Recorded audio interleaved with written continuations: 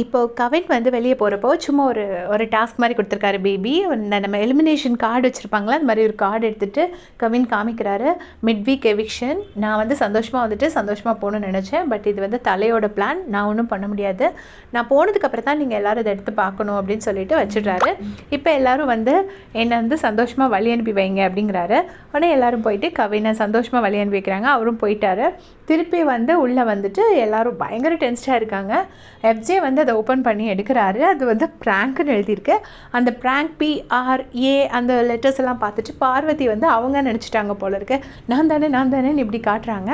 அப்புறம் வந்துட்டு நான் பயந்துட்டேன் பிக் பாஸ், நான் பாருன்னு நினச்சிட்டேன் பிக் பாஸ், என்னோடய ஹார்ட்டே வெளியே வந்து விழுந்துருச்சு அப்படி இப்படின்னு சொல்லிட்டு சொல்கிறாங்க. உடனே நீங்கள்லாம் பண்ணுறதை பார்க்கும்போது எனக்கு என்னெல்லாமோ வந்து விழுது அப்படின்னு சொல்லி பிக் பாஸ் வந்து கலாய்க்கிறாரு பார்வதியை.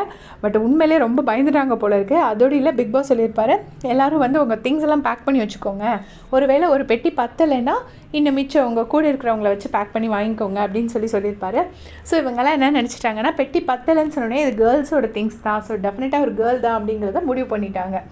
அப்போ வந்து எஃப்ஜே சொல்கிறாரு, சரி இது வந்து ப்ராங்காக இருக்கலாம், பட் வந்து இது நமக்கு ஒரு வார்னிங் மாதிரி, any time mid week eviction இருக்கலாம்னு நீங்கள்லாம் ரெடியாக இருந்துக்கோங்க அப்படின்னு சொல்லிட்டு எஃப்ஜே சொல்கிறாரு.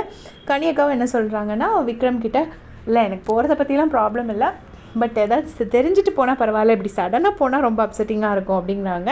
விக்ரம் என்ன சொல்கிறாருன்னா, இந்த வீக் நான் கண்டிப்பாக போயிருக்க மாட்டேன்னு எனக்கு ஷுவராக தெரியும், ஸோ அது நான் இல்லை, நான் நம்பிக்கையோடு இருந்தேன் அப்படின்னு சொல்கிறாரு.